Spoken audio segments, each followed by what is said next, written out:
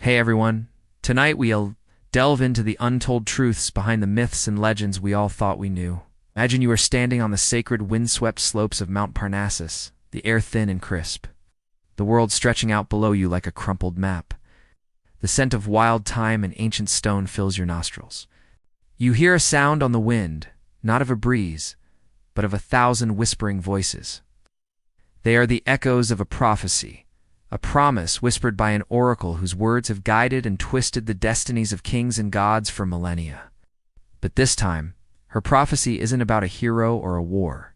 It's about a city that vanished without a trace, a city that was never supposed to exist at all, a city whose very memory was erased from the scrolls of history and the minds of man. You probably won't want to believe what you are about to hear. The truth is often more terrifying than the fiction we create to comfort ourselves. So, before the tension gets too high, take a moment to like the episode and subscribe, but only if you genuinely enjoy what I do here. Let me know where you're listening from and what time it is for you. Now close your eyes, imagine the ancient mountains, and let's unravel this epic tale together. A chilling silence falls over the Temple of Delphi. The priestess, a woman known for her trance-like states and cryptic visions, trembles not with divine ecstasy, but with a profound, bone-deep fear. Her eyes, usually clouded, are wide with a frantic clarity. She isn't speaking in riddles. She's pleading. Her words are not for the mortal kings who have come seeking wisdom, but for the very air itself, for the mountains and the sky. She whispers of a city of concentric rings, not of stone, but of a substance that hums with a silent power, a city that was never meant to be. Her words are not about the future. They're about a past that was carefully, deliberately unmade. This is the first recorded instance of the great lie, the grand deception that became the myth of Atlantis. Ancient Greek mythology is full of bizarre deities and strange occurrences. One of the strangest is the story of Apollo's prophetic powers being given to him. After he killed the monstrous python that guarded the sacred spring at Delphi, what is less known is that the python was said to be a creature of primordial, earth born from a mud left over from a great deluge, not unlike the one that would later be said to have destroyed Atlantis. The python was also said to have whispered truths that were too terrible for mortals to comprehend. And Apollo, in his hubris, was unable to truly capture that wisdom. He only harnessed its shadow, a reflection of the deeper, darker truths. This leads to a quirky fact about the Oracle of Delphi. Her prophetic utterances were believed to be an intoxicating vapor that rose from a chasm in the earth. And the prophecies themselves were often transcribed by a priest, who would then interpret the delirious ramblings. But what if the vapor was not intoxicating at all? What if it was just an elaborate ruse, a cover for a deliberate act of historical erasure? The python's secret, the serpent's original truth, was never about the future. It was about a hidden past. The priestess is now on the ground, clutching her head as if to hold it together, to keep the memories from pouring out. Ow. She speaks of a city built not by men, but by a titan who had no love for the gods. A city that hummed with a resonance that could change the very fabric of reality. It was a secret history, a forgotten chapter. But the question that remained was, why erase it? What was so dangerous about this city that it had to be scrubbed from the face of the earth and then repurposed as a simple morality tale about hubris and divine wrath? The truth of Atlantis isn't found in the water. It's found in the silence. The whispers from Mount Parnassus have faded, but their echo lingers. Pulling you toward the Aegean Sea, you stand now on the shores of Santorini, the modern name for what was once the island of Thera. The sun beats down on black volcanic rock, and the air smells of salt and ancient sulfur. This isn't the Atlantis of myth, a city of gold and marble. This is a monument to cosmic violence. Caldera so vast you can see the curve of the earth in its embrace, a testament to a volcano's rage. You feel it in your bones. A low hum, a vibration that speaks of a cataclysm not of water, but of fire. An archaeological fact we know is that the Minoan civilization, powerful seafaring culture, was devastated around 1600 BCE. They were not sunk by a giant wave as Plato suggests, but by the colossal eruption of this very volcano. But what if the volcano's rage was not a natural event? What if it was a weapon, final desperate act, to erase a threat that went far beyond mere mortals? The ground beneath you feels unstable, as if the land itself is a scar on the face of the planet. You walk through the ruins of Akrotiri, a city preserved in ash, like a ghostly Pompeii. You see frescoes of elegant men and women, dolphins dancing in the waves, but something is wrong. There are no depictions of gods, no temples to Zeus or Poseidon. The art is beautiful, but it is utterly devoid of divinity. This is a culture that seemed to have no need for Olympian deities. A quirky or bizarre detail you notice is a series of small, perfectly symmetrical golden discs found buried in the ash. They are too small to be currency or jewelry. They're covered in strange, spiraling geometric patterns. They feel cold to the touch, and they hum with a low frequency, a silent vibration that only you can feel. It is a resonance that seems to be pulling at the very atoms of your being. It's a key, but a key to what? As you dig your hands into the volcanic soil, you uncover a fragment of a fresco that was not meant to be seen. It's a crude, almost childlike drawing of what appears to be a man and a woman looking up at a sky full of impossibly constellations. One of the stars is not a star, but a wheel of light. Below it, a city, a circular city. The drawing is an act of defiance, a secret whispered from the dust. But the question that remained was, why were the Olympians absent from this culture's art? Were they simply not worshipped here? Or did the people of Thera know a truth about the gods that the rest of the world had forgotten? A truth so dangerous that their entire existence had to be wiped from the historical record. No, the myth of Atlantis isn't about the sea, it's about a memory. A memory that someone wanted to bury under a mountain of ash. The volcanic ash of Thera has yielded its secrets, but they are only fragments of a much larger puzzle. The golden discs, the strange humming, and the fresco of a wheel in the sky.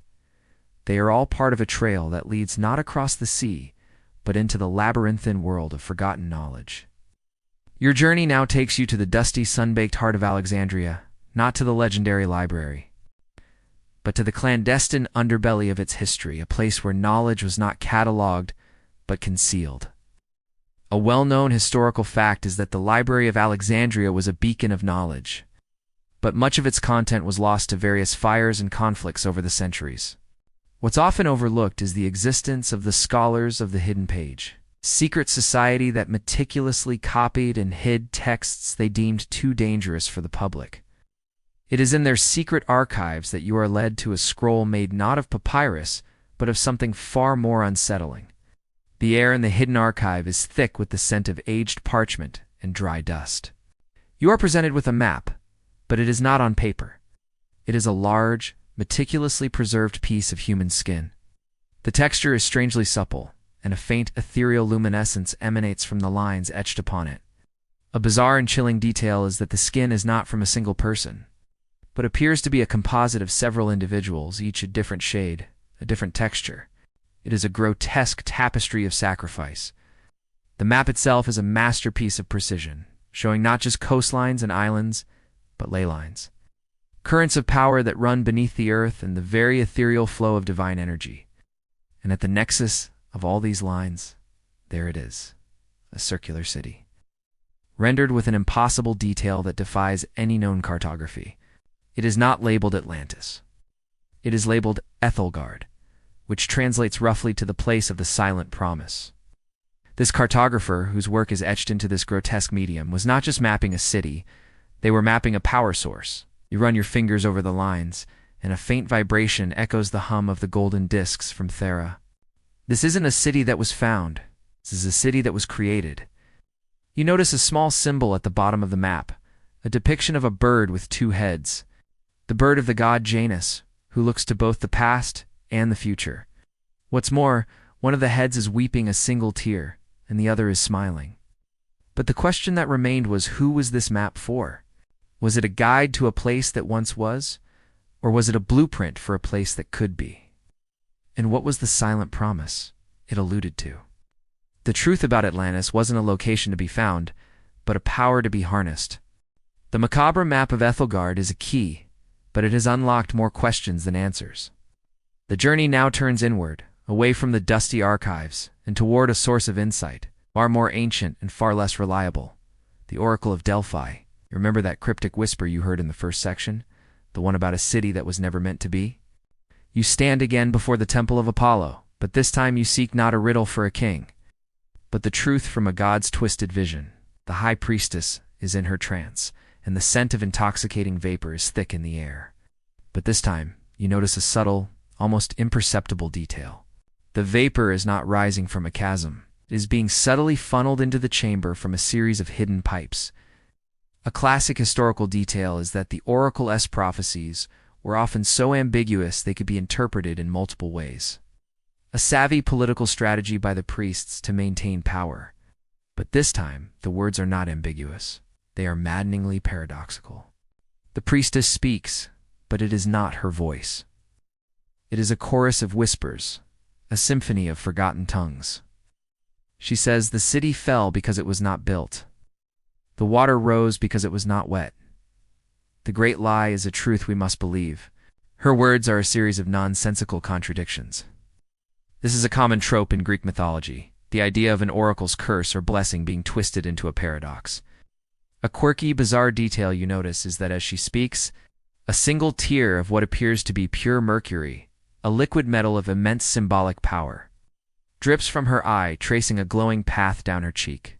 It is a tear of truth, a tear of the silent promise from the map, but it is a truth that is being deliberately poisoned and twisted.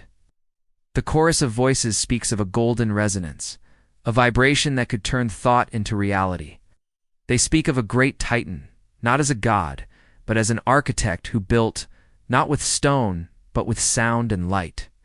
The priestess screams, and her voice is that of a young girl, not an old woman. She says, "They did not sink it. They unmade it.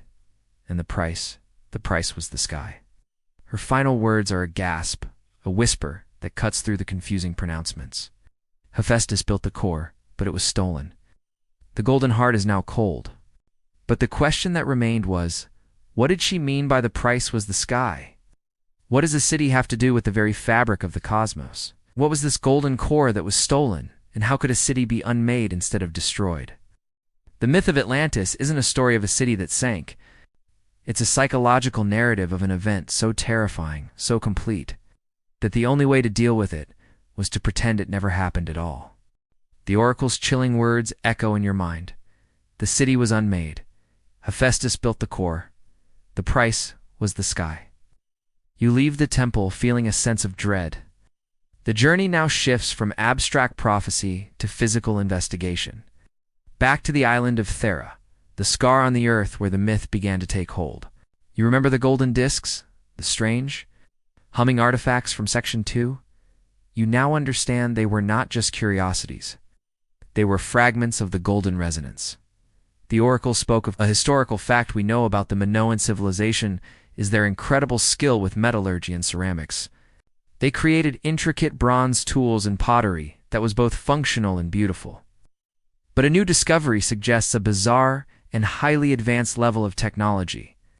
You find yourself in a secluded cave on the island's coast, a place untouched by the archaeological digs. The air is still and humid, smelling of salt and decay. You discover a trove of artifacts, not of bronze or gold, but of a strange, obsidian-like volcanic glass. It is impossibly smooth, and as you hold a piece, you feel a low vibration, a resonance you now recognize. This is not just natural glass. It is a forged substance, a kind of weaponized material.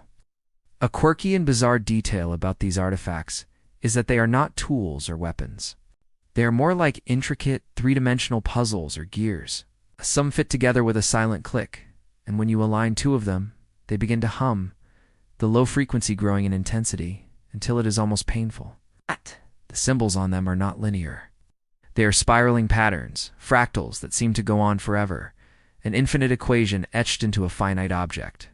You realize these are not artifacts. They're pieces of a machine that was not designed to build or destroy, but to unmake. The oracle's words suddenly make terrifying sense. A city wasn't destroyed, it was dismantled at a molecular level, its very existence erased from the fabric of reality.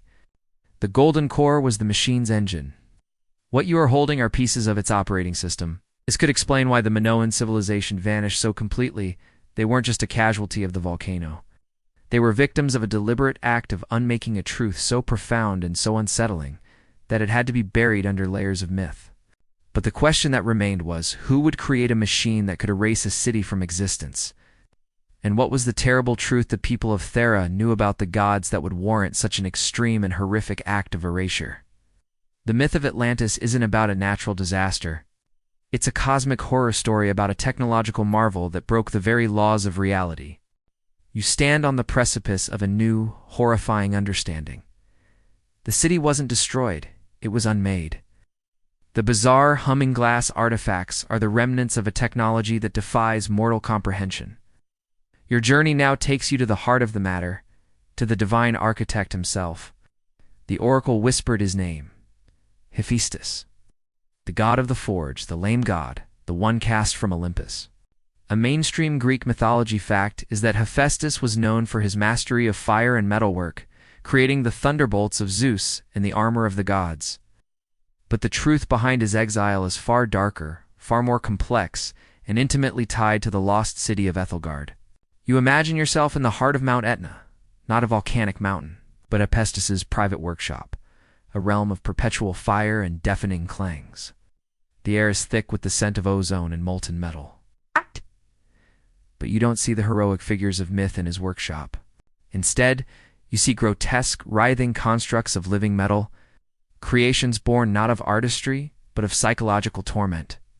A bizarre and little-known detail about Hephaestus is that his creations often reflected his inner turmoil. He was a god of immense creative power, but also of deep emotional scars from his mother Hera's rejection. One particular artifact catches your attention: a miniature circular city made of gleaming brass, each concentric ring rotating independently. The city is hollow, and at its core, a single glowing crystal pulses with a faint hypnotic light. This isn't just a toy, it is a blueprint. The crystal in the core hums with the same silent resonance as the glass artifacts from Thera. You realize this is the golden core the oracle mentioned. The pulsating light is a contained power source, not of divine magic, but of a technology that predates the Olympians themselves. A dark secret of Greek mythology, a truth that most scholars have ignored, is the story of Hephaestus's collaboration with a titan. Not the titans who fought Zeus, but a forgotten primordial titan, an architect of reality itself. Hephaestus, in his loneliness and anger at the Olympians, sought out this titan to create something that would give him a power his own family could never take away. He didn't just forge weapons, sought to forge the very concept of existence. But the question that remained was, what was the titan's role in all of this? And what did this city, this perfect blueprint of a reality-warping machine, represent to Hephaestus? Was it a weapon against Olympus? Or was it something far more personal? The myth of Hephaestus isn't just a story about a god of the forge. It's about a lonely, brilliant, and deeply scarred creator whose masterpiece became a weapon of cosmic annihilation.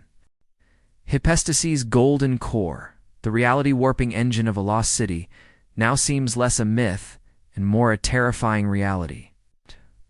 But a question lingers. How does a god's psychological torment lead to the creation of a city that was deliberately unmade? The answer lies not with the Olympians, but with a creature often relegated to the background of Greek mythology, the Minotaur.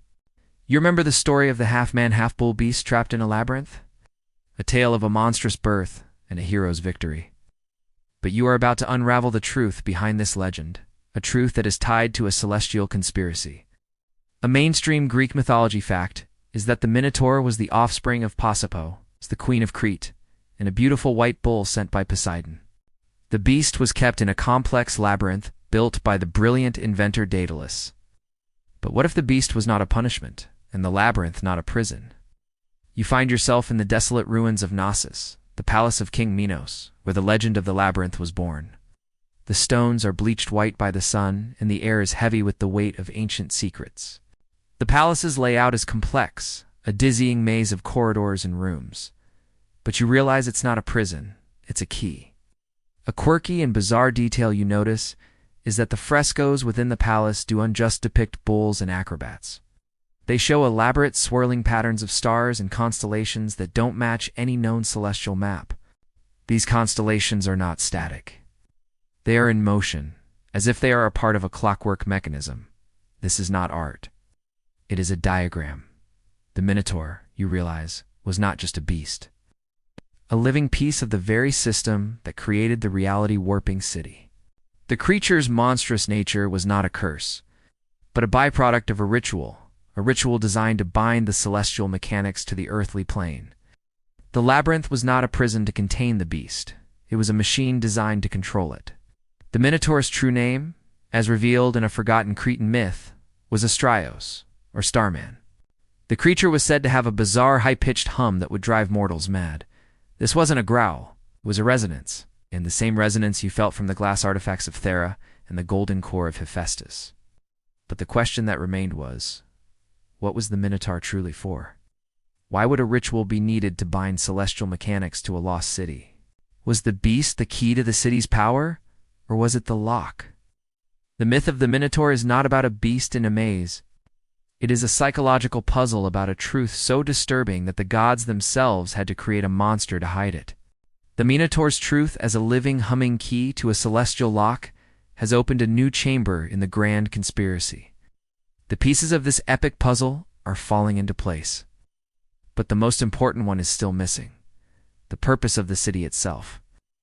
Your journey now takes you from the silent stones of Nasus to the echoing halls of a forgotten legend. One not of heroes, but of a wandering musician. A mainstream Greek mythology fact is that the god Apollo was the god of music, poetry, and prophecy, often depicted with a lyre.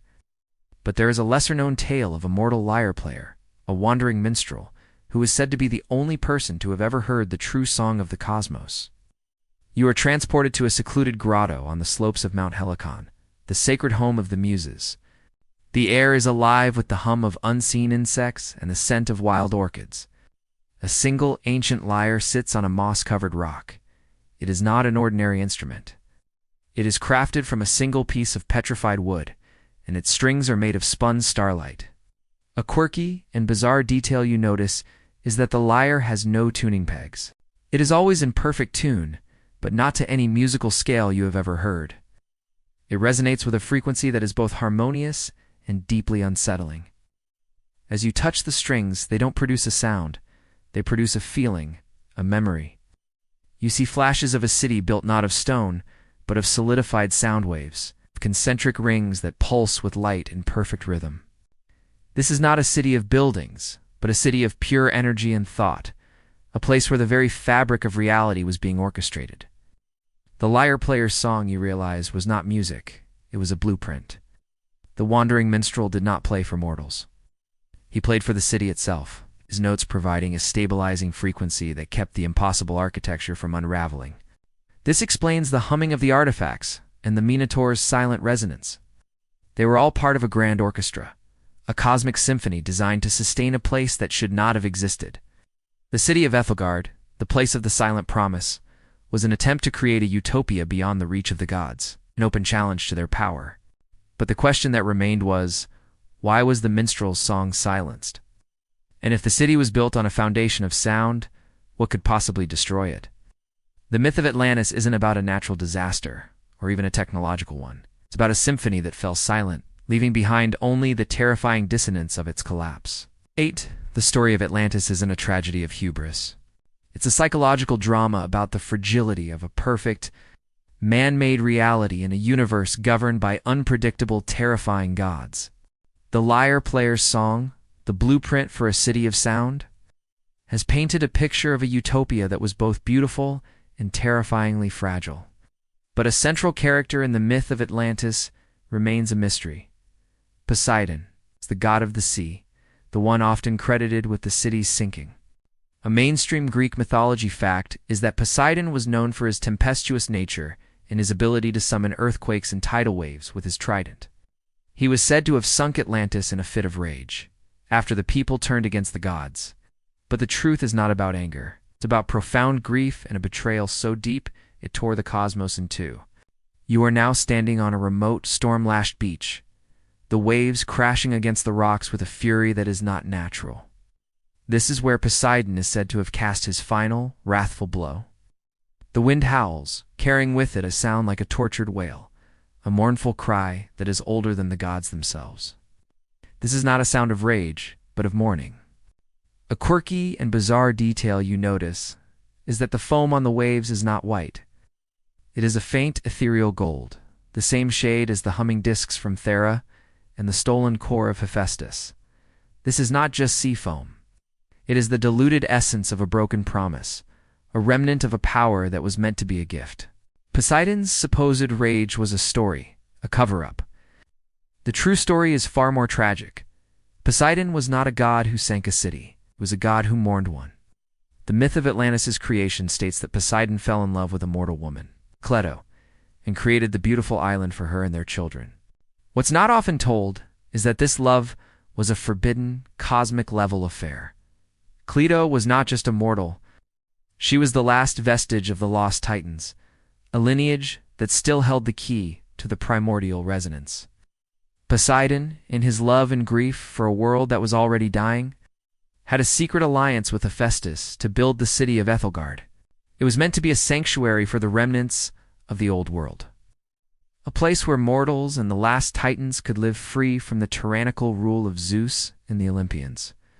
The city wasn't a punishment from Poseidon. It was his masterpiece, his gift to the woman he loved, and the legacy of the Titans he sought to protect. The sinking of Atlantis wasn't an act of vengeance. It was a mercy killing, a final, desperate act of a betrayed lover to prevent the city's power from falling into the wrong hands. But the question that remained was, who betrayed Poseidon? And what was so terrifying about the city's power that it had to be unmade? The myth of Atlantis is not a tale of divine wrath. It is a heartbreaking story of a god who chose love over loyalty and paid the ultimate price. The sea foam whispers Poseidon's grief, and the story of Atlantis shifts from a morality play to a tragic tale of forbidden love and cosmic conspiracy. The key to the unmade city, you now understand, is not divine anger, but a god's profound sorrow. The pieces of the puzzle lead you not to the Olympians, but to their predecessors, the fallen Titans.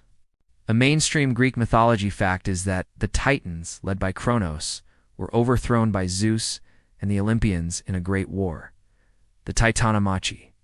They were then imprisoned in Tartarus, the deepest pit of the underworld. But what if that's a lie? What if the greatest of them were never truly imprisoned? You find yourself at the foot of Mount Othries, the ancient seat of the Titans. The earth here feels different, heavy with a silent, simmering power. You don't hear birds or see any wildlife. There is only a deep, echoing silence that seems to absorb all sound. You remember the golden discs, the humming glass artifacts, and the Minotaur. Their resonance was a call, a frequency, a silent language. A bizarre and little-known detail about Tartarus is that it was not just a prison. It was said to be a primordial being itself, a living, sentient abyss. But what if the prison was not Tartarus, but something far more ingenious and terrifying? As you press your hand against the cold stone of the mountain, you feel a low vibration, a hum that matches the one from the artifacts. You realize the mountain is not just a rock formation. It is a lock, a seal. The Titans are not in Tartarus.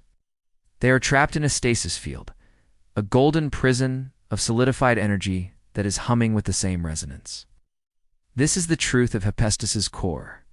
The god of the forge didn't create a power source for a city. He created a cage designed to hold the raw, unbound power of the ancient world.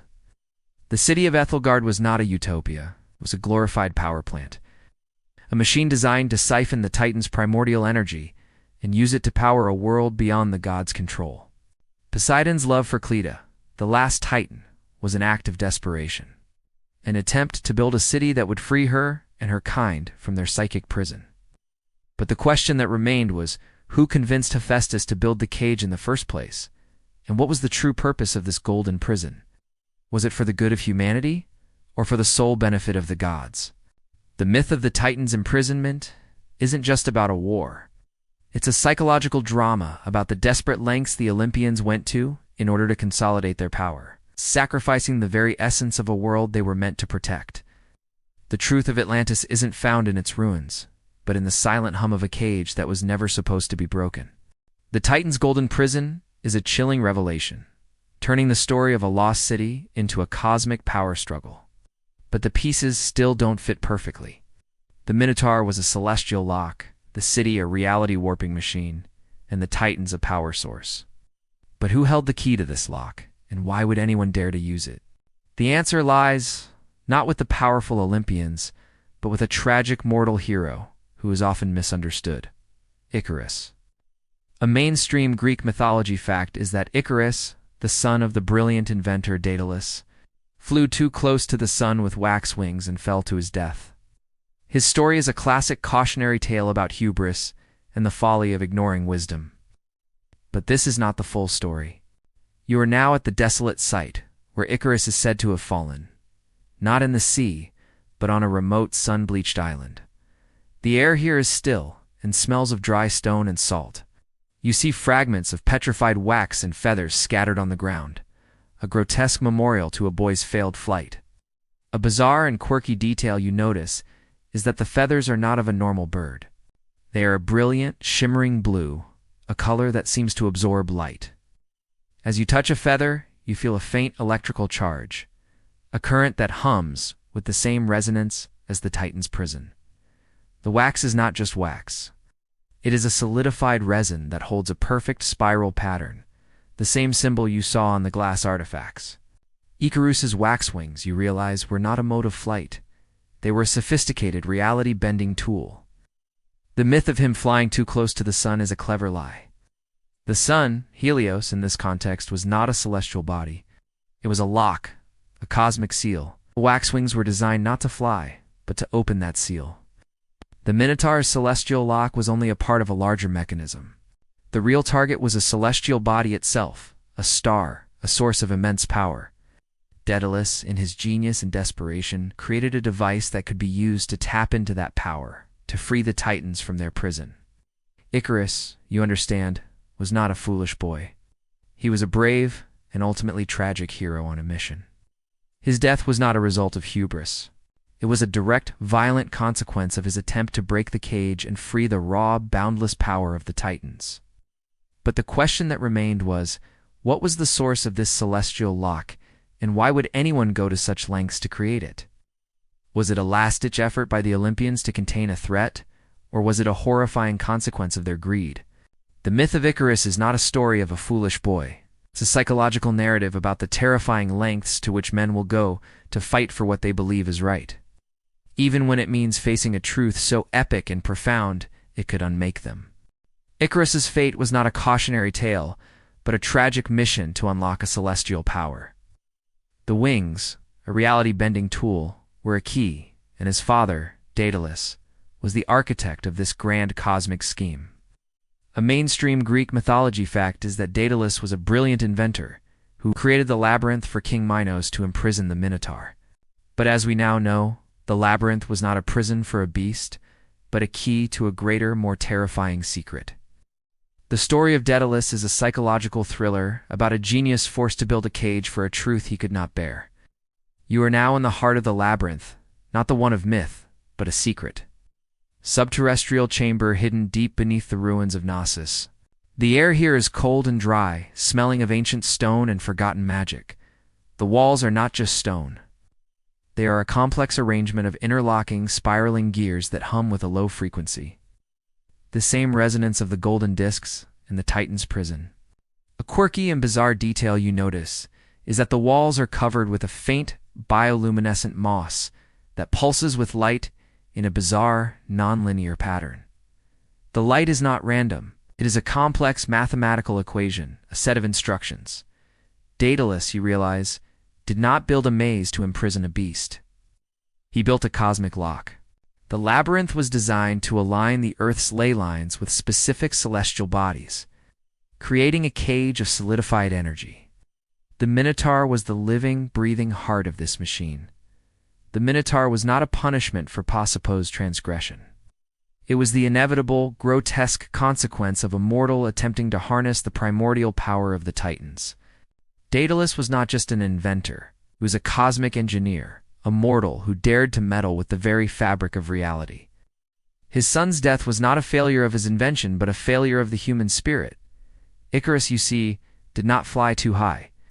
He did not succumb to hubris. He was simply trying to turn off the machine that his father had created. The wax wings were not for flight. They were a key, a tool to disarm the cosmic lock. But the question that remained was, Why would Daedalus build such a terrifying machine in the first place? And who forced him to do it? Was he acting on his own, or was he a pawn in a far more dangerous game? The myth of Daedalus isn't about an inventor. It's about a man who was forced to make a horrifying choice, to build a cage for the Titans or risk the destruction of the world. The lost city of Atlantis wasn't a city of gold and marble. It was a prison, a power plant, and a cosmic weapon. And the truth is, it was all Daedalus's fault. The labyrinth, a terrifying cosmic lock. Daedalus, its tragic architect, have revealed a truth far darker than any myth. But who was the one pulling the strings?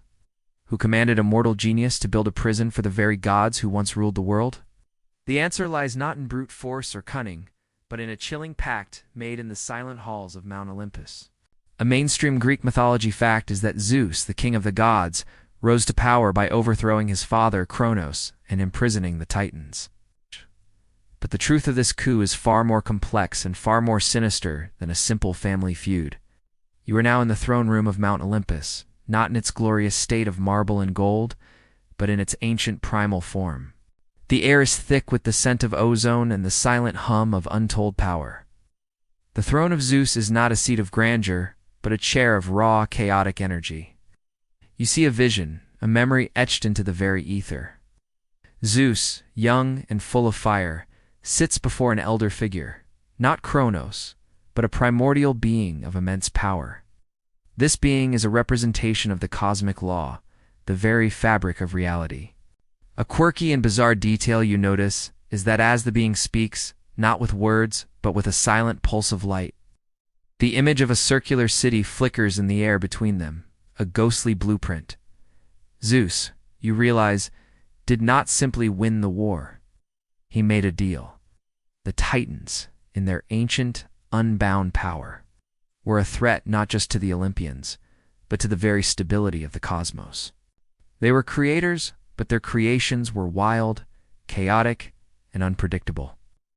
Zeus, in his ambition for order, made a pact with the cosmic law itself. The deal was this: he would contain the Titans, not with force, but with a technological cage, a prison that would siphon their power and stabilize reality. In exchange, he would be granted dominion over the new order. The city of Ethelgard, the lost city of Atlantis, was not built by Hephaestus out of love for a Titan, as Poseidon believed. It was built by Hephaestus under a direct, chilling command from Zeus. It was a tool, a power plant, and a weapon of control. Zeus wasn't a hero who defeated the old gods. He was a ruthless politician who made a deal that risked the entire cosmos for his own power. But the question that remained was, what was the price of this pact? What did Zeus have to sacrifice to gain dominion? And what was the terrifying consequence of meddling with the primordial law? The myth of Zeus's rise to power is not a heroic tale. It's a psychological horror story about the true cost of order, and the silent, terrifying reality of a god who would sacrifice an entire civilization for control. Zeus's chilling pact has revealed the truth of Atlantis not as a myth, but as a political tool. The city was a power plant designed to siphon the Titans' energy, and the Olympians were not heroes, but ruthless manipulators. But the gods are not monolithic in their power. Even the most formidable among them have weaknesses, and the most feared among them holds a secret that is inextricably linked to the unmade city. We turn now to Ares, the god of war. A mainstream Greek mythology fact is that Ares was known for his ferocity, his brutality in battle, and his love of chaos. He was a god of unbridled visceral violence, often at odds with the more strategic goddess, Athena. But his greatest fear is not of a stronger opponent or a more cunning foe. It is of a silence. A chilling, weaponized silence. You are now in the heart of a battlefield, but it is not of men. It is of gods. A forgotten war fought in the misty, primordial past. The air smells not of blood and iron, but of ozone and the silent hum of unbound energy. Ares stands alone, his armor dented, his spear broken. He's not defiant, but terrified. A quirky and bizarre detail you notice is that the god of war, whose very presence could incite a riot, is trembling. Not from cold or fear of an opponent, but from the low, silent hum of a sound that you now recognize. It is the resonance of the glass artifacts, the Titan's prison, and the golden core. Ares, you realize, was not just a god of war. He was a god of noise, of chaos, of the loud cacophonous energy of conflict. His power was tied to the unbridled fury of battle. The city of Atlantis, with its resonating, reality-warping technology, was not just a power plant. It was a silent weapon. It was designed to absorb all sound, all emotion, all chaos. It could, if fully activated, render Ares powerless. The silence of the city was a psychological torment for the god of war. His deepest fear was not of losing a battle, but of being made irrelevant. The lost city of Atlantis wasn't a punishment for mortals. It was a threat to the gods themselves. A truth so terrifying that Zeus, in his lust for control, had to make a deal to contain it. The city wasn't just a power source. It was an anti-god weapon. But the question that remained was, what was the source of this weaponized silence? And who or what had the ability to control it? Was it a power of the Titans? Or was it a secret of the primordial beings that Zeus made a pact with? The myth of Ares isn't about a simple brute. It is a psychological narrative about a god whose power is rooted in a fundamental psychological need for chaos, a city that threatened to silence him forever. The threat of Atlantis, a city of weaponized silence, now seems a direct challenge to the very essence of the Olympians. It wasn't just a power plant. It was a psychological weapon against the gods themselves. To understand the full scope of this threat, we must turn to a figure who is often a footnote in heroic legends, but whose story is central to this conspiracy: Medusa. A mainstream Greek mythology fact is that Medusa was a gorgon, a monstrous woman with snakes for hair, whose gaze could turn men to stone. She was slain by the hero Perseus, who used a mirrored shield to avoid her petrifying stare. But the truth of Medusa's power and her transformation is far more complex and bizarre. You are now in a desolate cavern, the supposed lair of the Gorgon. The air is cold and smells of petrified rock. Statues of men and animals stand frozen in place, their expressions a mix of fear and surprise. But as you get closer, you notice a strange detail. The statues are not of stone. They are of crystal. They shimmer and catch the light with an unnatural brilliance. A quirky and bizarre detail is that within the crystal, you can see not a petrified body, but the faint, swirling outline of a city of concentric rings, a ghostly image of Atlantis. Fastest gaze, you realize, Did not turn men to stone. It turned them to crystal, a byproduct of the same reality-warping technology that unmade Atlantis. Medusa was not a monster. She was a tragic consequence. Her transformation was not a punishment from Athena for a transgression in her temple. It was a consequence of a failed ritual, an attempt by the gods to contain a weapon they could not control. Medusa's snakes were not just hair. They were living conduits of primordial energy, and her gaze was a final, desperate act of containment. Her stare did not petrify her victims. It captured a moment of existence and sealed it in a crystal. Each person she turned to stone was a living, breathing component of a psychic shield, a last-ditch effort to contain the raw, unbounded power of the Titans. The image of the city within the crystal is a memory, a remnant of a truth so profound and so terrifying that it had to be buried. But the question that remained was, what was the transgression that truly led to her transformation? Was it a crime against Athena, or was it a crime against the cosmic law itself? The myth of Medusa isn't a simple tale of a monster and a hero. It is a psychological narrative about a woman who was forced to become a weapon, whose existence was a terrifying, beautiful reflection of a world that was unmade. Her gaze was not a curse. It was a silent, beautiful scream. Medusa's crystallized victims are a horrifying testament to the collateral damage of the gods' conspiracy. Her gaze, a silent scream of a forgotten truth, is a piece of a larger puzzle that involves not just cosmic power, but the very real and psychological nature of jealousy and forbidden love. We now turn to Hera, the queen of the gods, whose infamous jealousy is a central theme in many Greek myths. A mainstream Greek mythology fact is that Hera was known for her bitter jealousy and her brutal punishments of Zeus's mortal lovers and their offspring, but her rage was not a simple emotion. It was a calculated, terrifying force that was unleashed not on a mortal, but on a cosmic secret. You are now in the heart of Hera's temple, not a place of reverence but of cold, calculating silence. The air is thick with the scent of bitter herbs and unfulfilled promises. The walls are covered in tapestries that depict not the glorious deeds of Zeus, but the subtle, insidious punishments meted out to his paramours. But you notice a subtle, almost invisible detail. A tapestry faded and torn depicts a scene not of two lovers, but of two constellations, one of the Olympian order and one of the old, forgotten Titan order. The constellations are intertwined in a forbidden dance, and Hera, in her rage, is not casting a spell.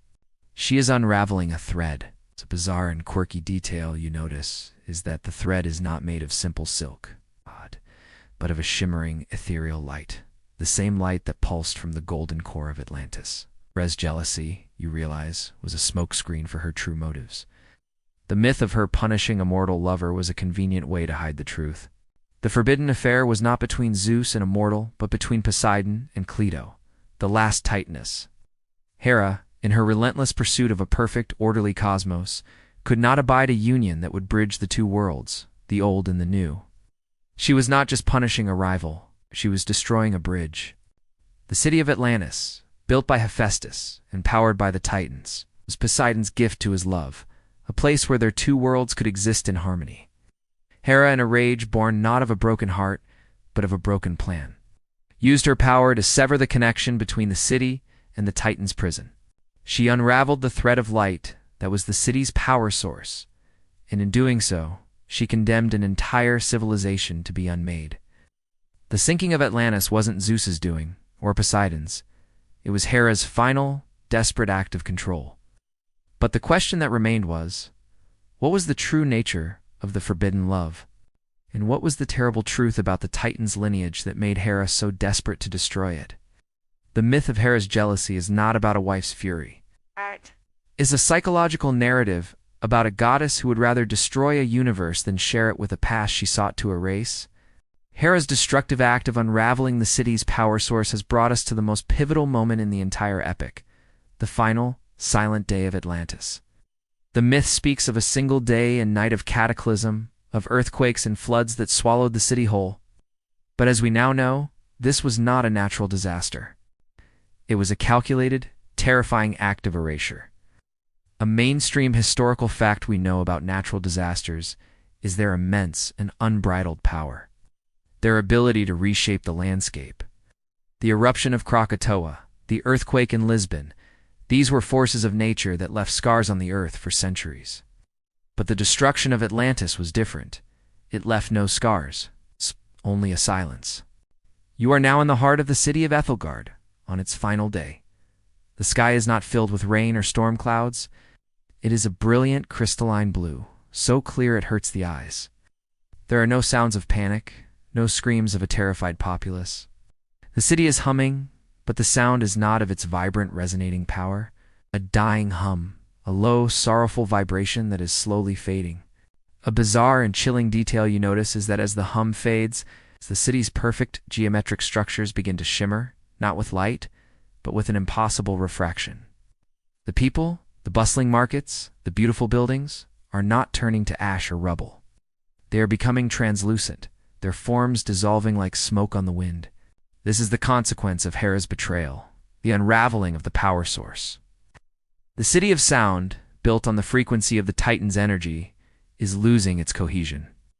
It is being unmade, its very existence being folded back into the cosmic law. See people reach for their loved ones, but their hands pass through each other. You see a child, not crying, but staring in silent, wide-eyed terror as their body begins to fade. The city is not being swallowed by the sea. The sea is rushing in to fill a void that is being created where a city once stood. The great deluge of Atlantis was not a flood that washed over a city. It was the universe rushing in to fill the space where a city no longer was.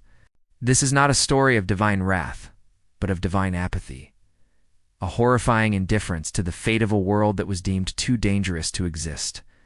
But the question that remained was, what was the ultimate consequence of this unmaking?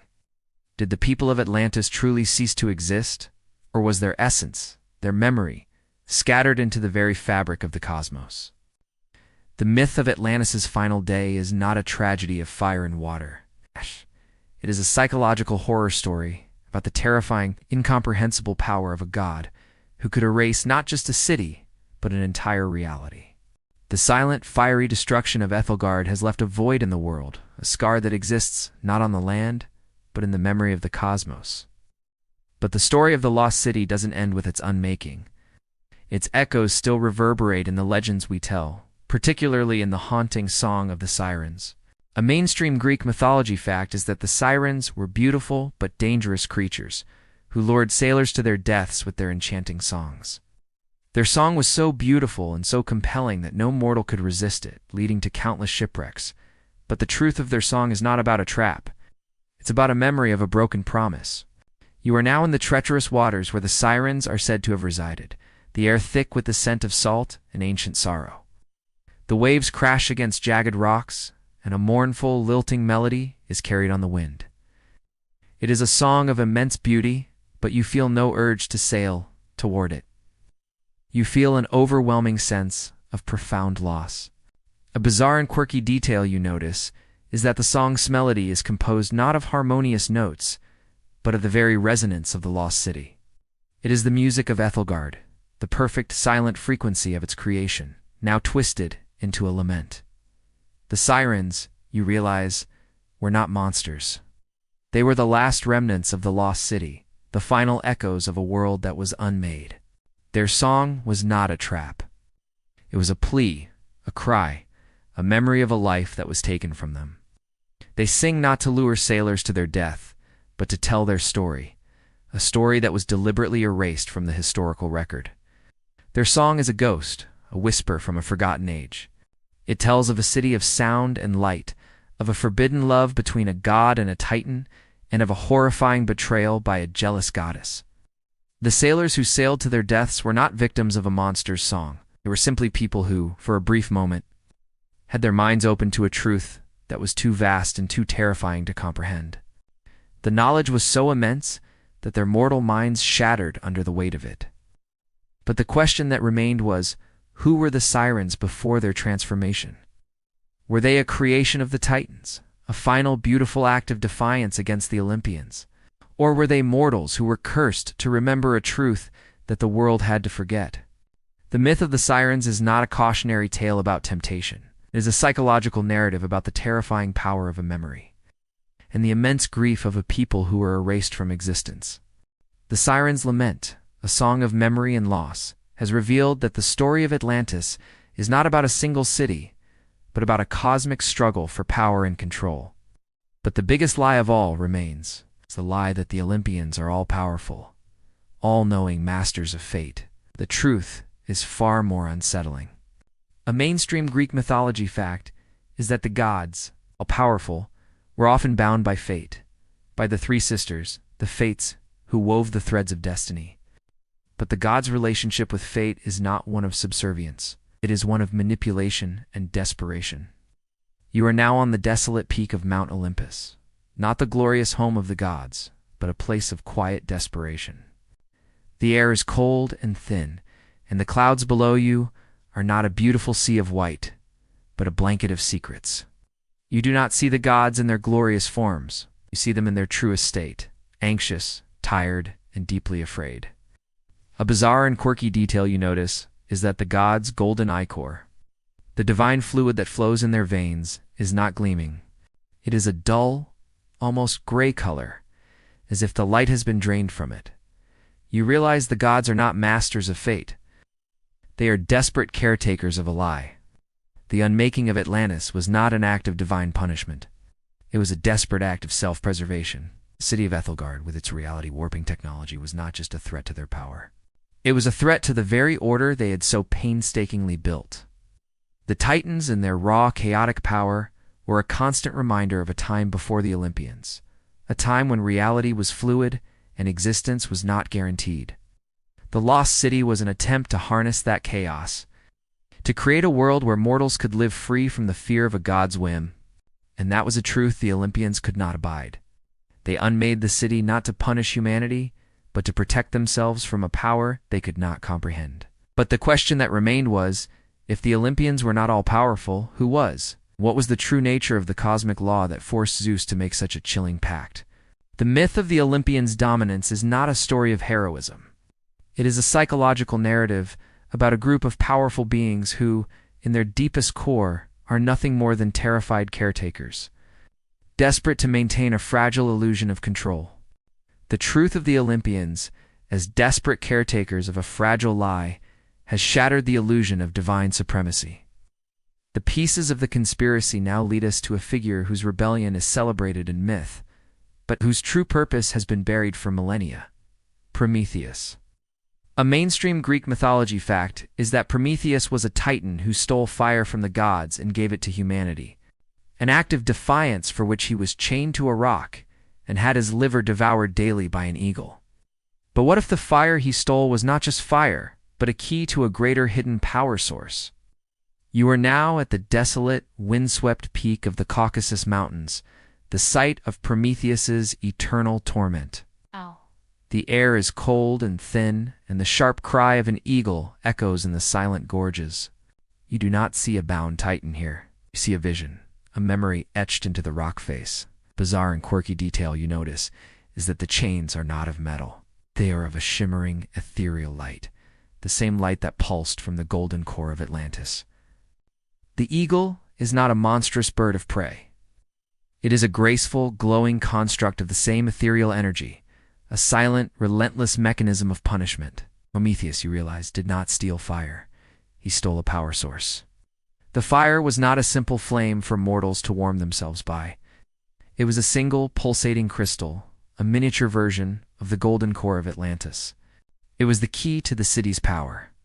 Prometheus, in his defiance of Zeus, did not want to empower humanity with technology. He wanted to give them the ability to tap into the very essence of reality, to build a world free from the whims of the gods. He saw the city of Atlantis, not as a weapon, but as a sanctuary.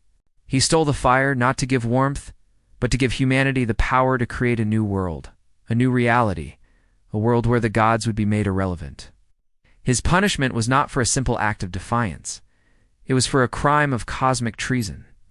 Zeus did not chain him for giving mortals a gift. He chained him for giving mortals a weapon, a key that could unlock the Titan's prison and unleash a power that would unmake the Olympians themselves. But the question that remained was, what happened to the stolen fire? Did it truly empower humanity, or was it lost in the unmaking of Atlantis? The myth of Prometheus is not a story of a hero who gave fire to man. It is a psychological narrative about a titan who sought to build a new world, and in doing so, became a prisoner in the grand cosmic game. Prometheus's tragic theft of the golden core, the fire of Atlantis, has illuminated the grand cosmic game at play. But who wrote the rules of this game? Who held the ultimate power over the destinies of gods and mortals alike? The answer lies in the silent, unassuming work of the three fates. A mainstream Greek mythology fact is that the three Moira Clotho, Lachesis, and Atropos, were the goddesses of destiny. They spun the thread of life, measured its length, and ultimately cut it. But their work was not a simple act of weaving. It was an act of deliberate, calculated deception. You are now in a silent cosmic loom, a place outside of time and space, where the fates work.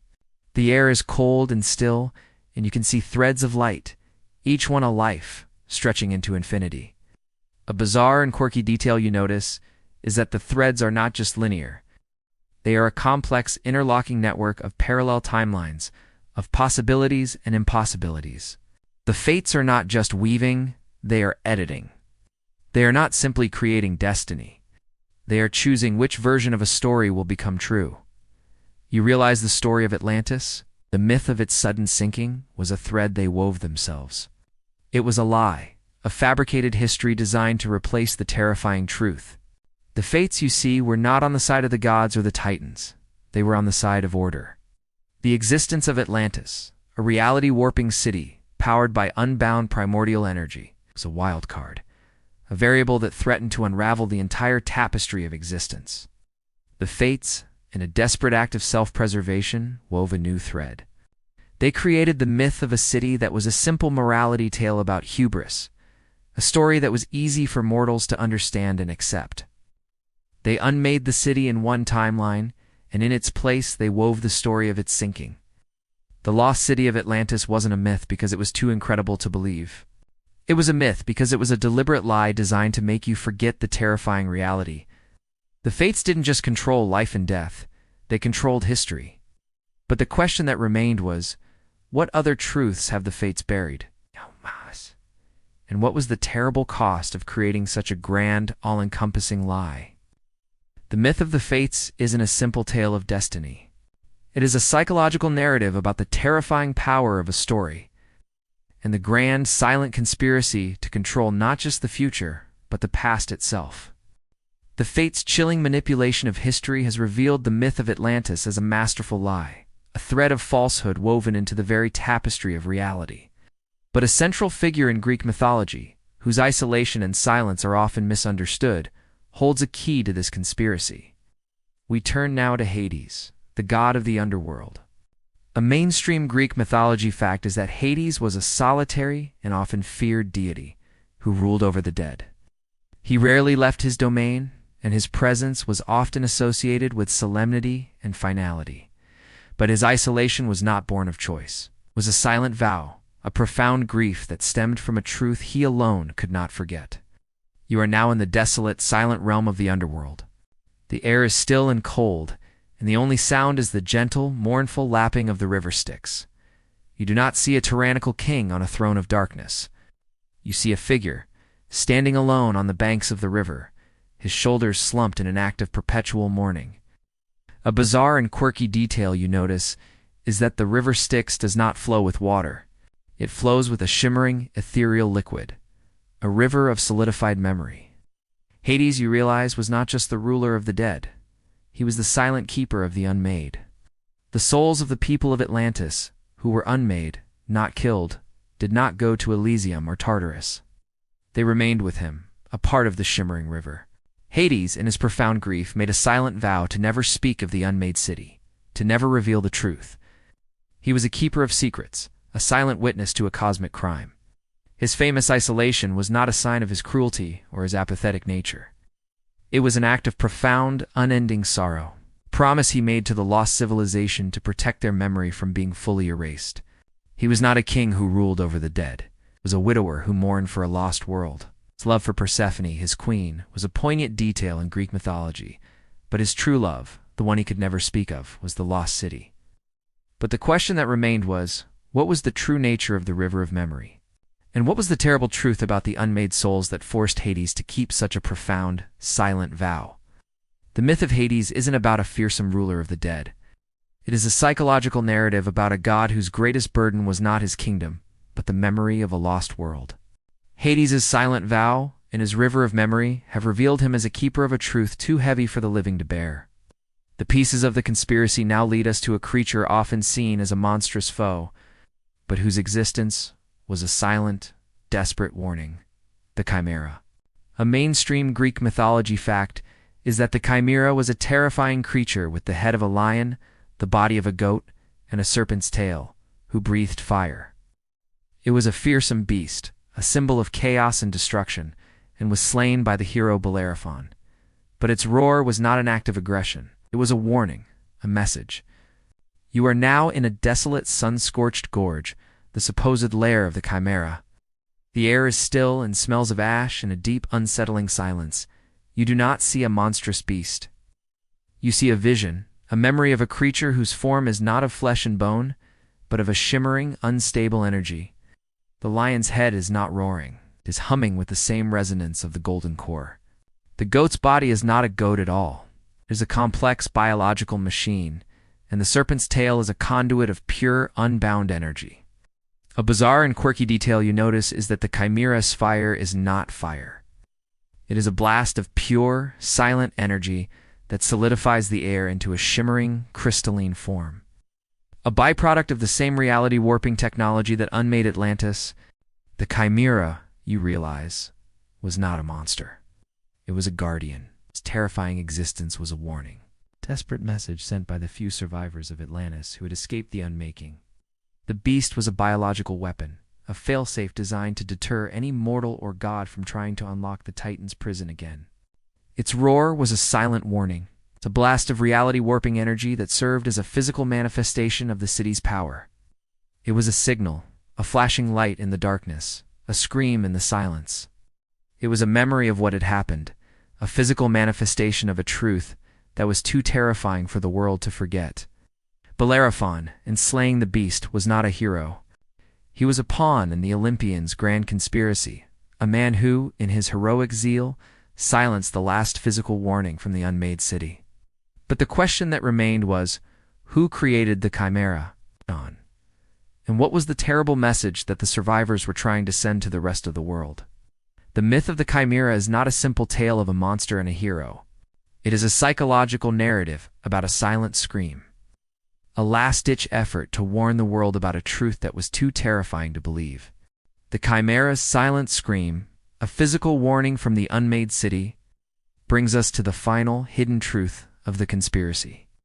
The lies of the gods and the fates, the tragic fates of heroes and monsters, all lead to a single, submerged location that holds the key to the entire epic. The Lost Library of Alexandria. A mainstream historical fact is that the Library of Alexandria was a great repository of knowledge, containing countless scrolls and texts from all over the world, much of which was lost to a series of fires. But what if the greatest knowledge was not burned? What if it was hidden? You are now in the sun-dappled, silent depths of the Mediterranean Sea, in a long-forgotten grotto near the ruins of ancient Alexandria. The water is a brilliant crystalline blue, and the only sound is the gentle, mournful rush of the current. You do not see a pile of ash and burned scrolls. You see a library perfectly preserved beneath a dome of solidified energy. The scrolls are not of papyrus. They are of a shimmering, ethereal material that hums with the same resonance of the golden core. A bizarre and quirky detail you notice is that the scrolls are not written in any known language. They're written in a series of spiraling geometric patterns, the same patterns you saw on the glass artifacts of Thera. This, you realize, is the true Library of Alexandria. Not a building of stone and papyrus, but a submerged archive, a living repository of the unmade city's history. The people who were unmade, those who were turned into a shimmering, translucent mist, were not destroyed. They were absorbed. Their memories, their knowledge, their truth was stored in this place, a living library. This is the ultimate truth of Atlantis. The city did not vanish. It was transcribed. Its history, its science, its art, its very soul was encoded into these shimmering scrolls. This is the true source of the silent promise from the human skin map. It was a promise to remember. This is the truth that the gods feared the most, not the city's power, but its knowledge. The Olympians could unmake a city, but they could not erase the memory of it. But the question that remained was, what was the terrible truth contained within these scrolls? And what was the ultimate consequence of a world that was unmade but not forgotten? The myth of the Library of Alexandria isn't a story of loss. It is a psychological narrative about the terrifying power of knowledge and the grand, silent conspiracy to bury a truth that was too dangerous to be known. The submerged Library of Alexandria, a repository of a civilization's memory, holds the final terrifying truth of the conspiracy. The grand epic of Atlantis, of gods and mortals, of love and betrayal, has been leading to a single, chilling revelation. A mainstream historical fact we know about the myth of Atlantis is that it was told by Plato as a story of a great civilization that fell due to its own moral and spiritual decline. But Plato was not telling a story. He was relaying a prophecy. You are now in the heart of the submerged library, and the shimmering scrolls of light begin to hum with an intense, escalating resonance. They are not just scrolls of the past. They are prophecies of the future. A bizarre and quirky detail you notice is that the geometric patterns on the scrolls are not just equations. They are a mirror, a reflection of your own subconscious mind. As you look at the patterns, you see flashes of your own memories, your own fears, your own dreams, all reflected in the unmade city's history. The final prophecy, you realize, is not about the past. The lost city of Atlantis was a trial run, an experiment by a god who feared chaos. The Olympians, in their desperation to maintain order, built a machine that could unmake reality, a machine that could be used again. The truth is, the city of Atlantis was not a legend, it was a warning. A warning that the gods of this world, the silent, invisible forces that pull the strings, have the ability to unmake, to erase, to simply delete. The myth was not a tale of a city that sank. It was a prophecy about a power that is still very much active. The Titan's prison, the golden core, the reality-warping technology, they are not gone. They are simply dormant, waiting for a moment when the chaos of humanity becomes too great. Waiting for a god to say, the price was the sky, and unmake it all over again. The myth of Atlantis is not a tale of the past. It is a psychological horror story about the present, a warning that the truth is not out there to be found, but that it is within you, a silent hum, a memory of a world that could be erased at any moment. The lost city where Atlantis myths began was not a place. It was a possibility. A terrifying, beautiful possibility that the gods feared more than anything else.